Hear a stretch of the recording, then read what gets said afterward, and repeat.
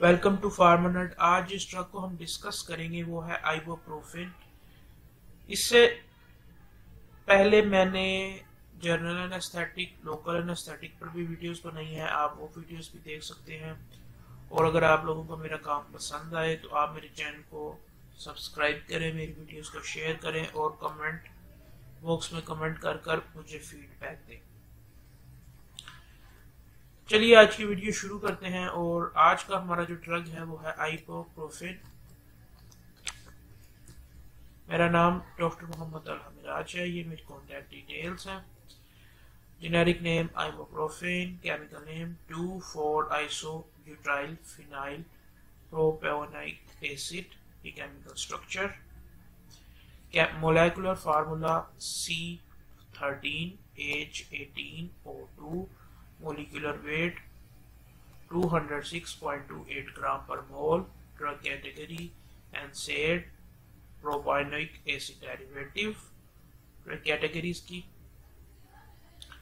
जो आइबोप्रोफेन है ये एक non steroidal anti inflammatory drug है जो कि विद प्रिस्क्रिप्शन और विदाउट प्रिस्क्रिप्शन दिया जाता है। और ये दुनिया में जो सेफेस्ट एनसेड्स हैं उनके अंदर ये एक है। और ये 1960 के अंदर इसकी इनिशियल डेवलपमेंट स्टार्ट हुई और 1961 के अंदर इसका पेटेंट लॉन्च हुआ। और रूमेटॉइड आर्थराइटिस के लिए जो ये ड्रग है ये 1969 के अंदर यूके में और 1974 के अंदर यूएसए के अंदर लॉन्च की गई।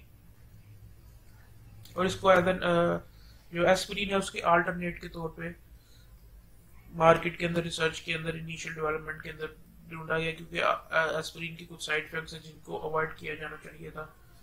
इस वजह से आइबोप्रोफेन के ऊपर रिसर्च की गई और ये फर्स्ट अवेलेबल एनसेड है। अब हम बात करते हैं इसकी कंटेंट की।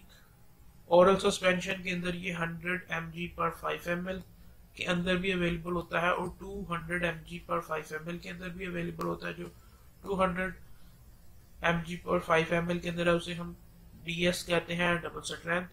टैबलेट के अंदर ये 200 mg, 400 mg, 600 mg, 800 mg की टैबलेट्स के अंदर अवेलेबल होता है। कैप्सूल फॉर्म के अंदर ये 100 mg, 200 mg और 400 mg की स्ट्रेंथ के अंदर अवेलेबल होता है। अब बात करते हैं इसकी फार्माकोलॉजी की।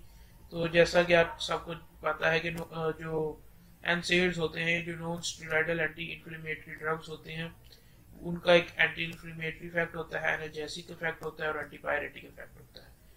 जो आइबोप्रोफेन है ये साइक्लोऑक्सीजिनेज 1 और 2 की जो एक्टिविटी है उसको इनहिबिट करते हैं, जिसकी वजह से प्रोस्टाग्लैंडिन और थ्रोम्बोक्सिन की जो प्रोडक्शन है वो कम हो जाती है।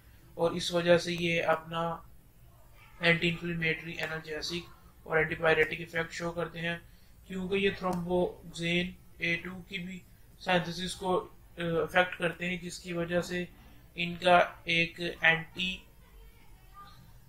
एंटी प्लेटलेट एग्रीगेशन इफेक्ट भी होता है क्योंकि इनकी ये A2 थ्रोम्बोक्सिन के ऊपर इफेक्ट की वजह से ये जो प्लेटलेट एग्रीगेशन है उसको इनहिबिट कर देते हैं, जैसे एस्पिरिन करती है। अब बात करते हैं इसके मैकेनिज्म ऑफ एक्शन की। तो जैसा कि मैं पहले आपको बता चुका हूँ, ये साइक्लोऑक्सीजिनेज 1 और 2 को इनहिबिट कर देते हैं, उसके पाथवे को इनहिबिट कर देते हैं, जिसकी वजह से प्रोस्टाग्लैंडिन की जो सिंथेसिस है वो नहीं हो पाती।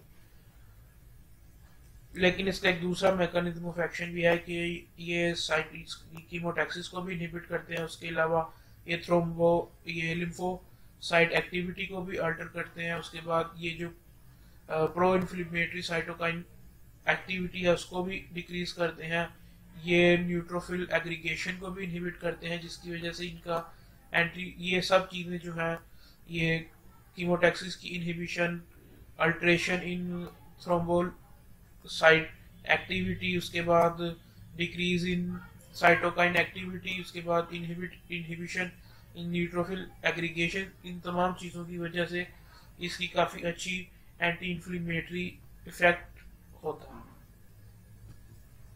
अगर हम ड्रग के एब्जॉर्प्शन की बात करें तो ड्रग रैपिडली एब्जॉर्ब होता है। इसकी बायोअवेलेबिलिटी 80 to 100% है। Onset of action 30 minutes to 60 minutes है। Duration of action 4 hour to 6 hours है। जो इसकी प्रोटीन बाइंडिंग है वो 90 to 99% है। ये रैपिडली लिवर के अंदर मेटाबोलाइज होता है और इसके जो से मेटाबोलाइट्स हैं उसके अंदर 2,4,2 hydroxy 2 methyl propyl phenyl propanoic acid और 2,4,2 carboxy propyl phenyl propanoic acid आते हैं जो इसके मेजर मेटाबोलाइट्स हैं। ये यूरिन के थ्रू एक्सक्रीट होता है। ये 50 to 60% यूरिन के थ्रू एक्सक्रीट होता है और लेस देन 10% ये अनचेंज यूरिन के थ्रू एक्सक्रीट होता है। जो बाकी अमाउंट रह जाती है 50 to 40% वो फिसिस के थ्रू 24 आवर्स के अंदर बॉडी के अंदर एक्सक्रीट होती है, यानी कि इसकी यूरिन के थ्रू एक्सक्रीशन भी होती है और इसकी फिसिस के थ्रू भी एक्सक्रीशन होती है। Route of elimination urine. Volume of distribution की बात की जाए तो 0.12 लीटर पर केजी इन अडल्ट्स और 0.164 लीटर पर केजी इन चिल्ड्रंस।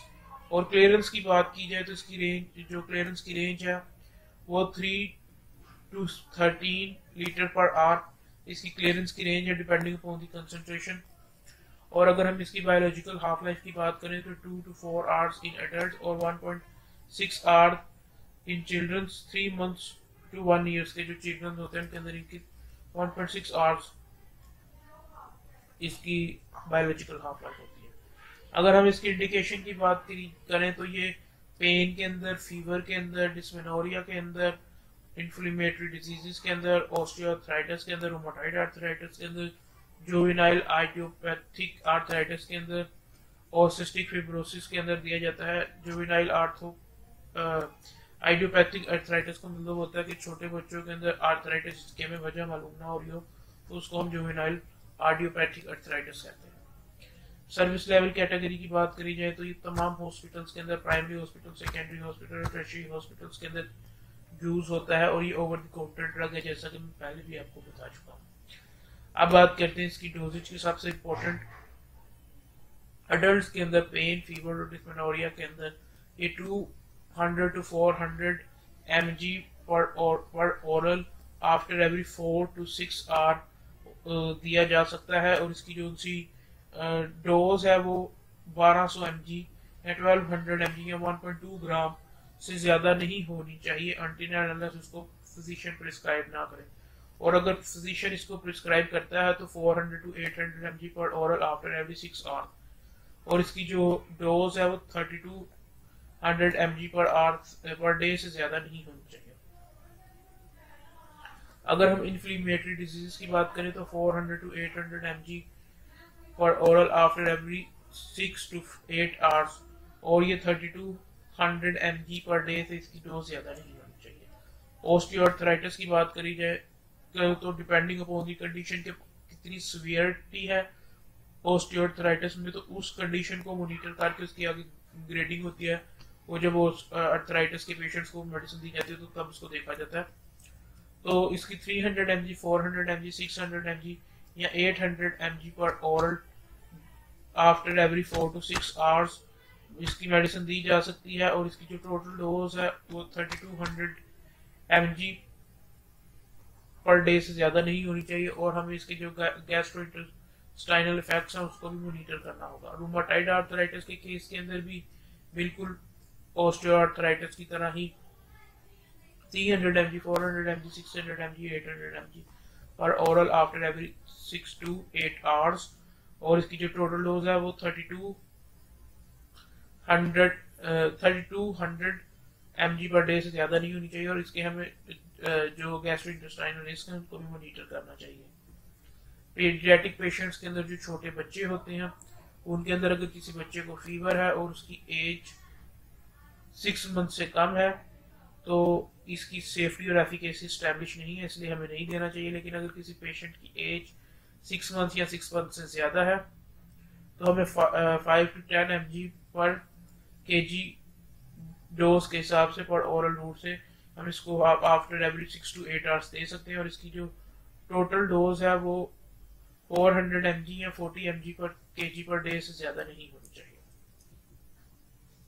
पेन के केस में 4 to 10 mg पर kg पर oral after every 4 to after every 6 to 8 hours, और इसकी टोटल जो डोज है वो 440 mg पर kg पर डे से ज़्यादा नहीं होनी चाहिए। जो जुवेनाइल आइडियोपैथिक आर्थराइटिस के पेशेंट हैं उनके अंदर 30 to 50 mg पर kg आफ्टर एवरी 24 आवर्स पर 4 आवर, और ये डिवाइडेड डोज के अंदर हम इसे देंगे, और इसकी जो टोटल डोज है वो 2.4 ग्राम पर डे या 2400 mg पर डे से ज़्यादा नहीं होनी चाहिए। सिस्टिक फाइब्रोसिस ये इसका ऑफ लेबल यूज है। जो 4 साल से छोटे लोग हैं उनके अंदर तो इसकी सेफ्टी और एफिकेसी एस्टेब्लिश नहीं है, लेकिन अगर किसी बच्चे की एज 4 इयर्स या 4 इयर्स से ज़्यादा है तो फिर इसकी हम पर ओरल एडमिनिस्ट्रेशन कर सकते हैं आफ्टर एवरी 12 आवर्स, लेकिन उसके लिए हम इसके जो सीरम लेवल्स हैं उसको मॉनिटर करेंगे, और वो 50 to 100 माइक्रोग्राम पर ml हो, तो उसकी डिजीज की प्रोग्रेशन वगैरह भी देखेंगे कि उसकी माइल्ड लंग डिजीज है या उसकी डिजीज की प्रोग्रेशन क्या है। तो इसकी जो डोज होगी वो 50 to जो इसका हमारा सीरम लेवल होना चाहिए वो हमें 50 to 100 माइक्रोग्राम पर ml के हिसाब से रखना चाहिए, जो बच्चे जिनकी उम्र 4 साल या 4 साल से ज्यादा।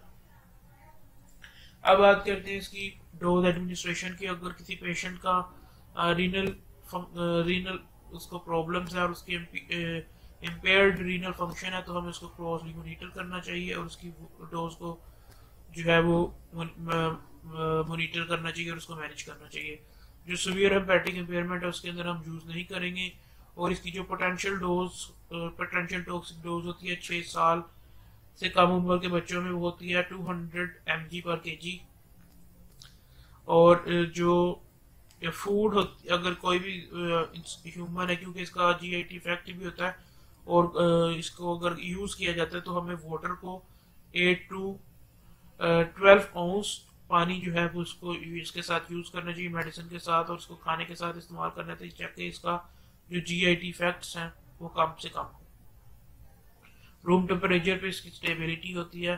कॉन्ट्राइंडिकेशन अगर किसी को एस्पिरिन या NSAIDs के साथ हाइपर सेंसिटिविटी है तब, और प्री ऑपरेटिव पेन के अंदर भी इसको देते हैं in case of chronic artery bypass graft के अंदर, यानी कि अगर किसी का बाईपास ऑपरेशन हो रहा है तो उसके अंदर भी हम इसे नहीं देंगे।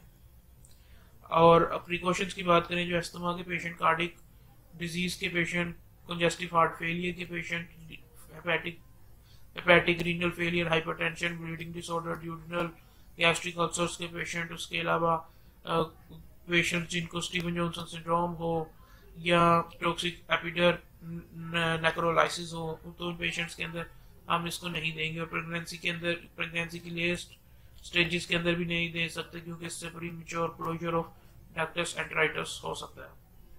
टॉक्सिसिटी की बात की जाए तो ह्यूमंस के अंदर इसकी 99 mg पर kg इसकी टॉक्सिक डोज है, और इसके जो टॉक्सिसिटी सिम्टम्स है उसके अंदर एब्डोमिनल पेन है, nausea, vomiting, loss of consciousness, tinnitus, convulsions, respiratory depression, coma, acute renal failure, apnoea. उसके बाद अगर हम इसके एंटीडोट की बात की जाए, इसके ट्रीटमेंट की बात करें तो उसके अंदर हम रेस्पिरेटरी डिप्रेशन को ट्रीट कर, अगर किसी को रेस्पिरेटरी डिप्रेशन हो जाता है तो हम उसकी जो आर्टिफिशियल वेंटिलेशन होगी करेंगे वो विद ऑक्सीजन।